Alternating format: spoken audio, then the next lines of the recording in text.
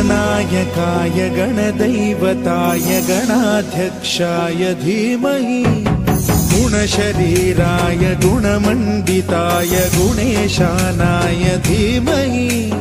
गुणातीताय गुणाधीशाय गुणप्रविष्टाय धीमहि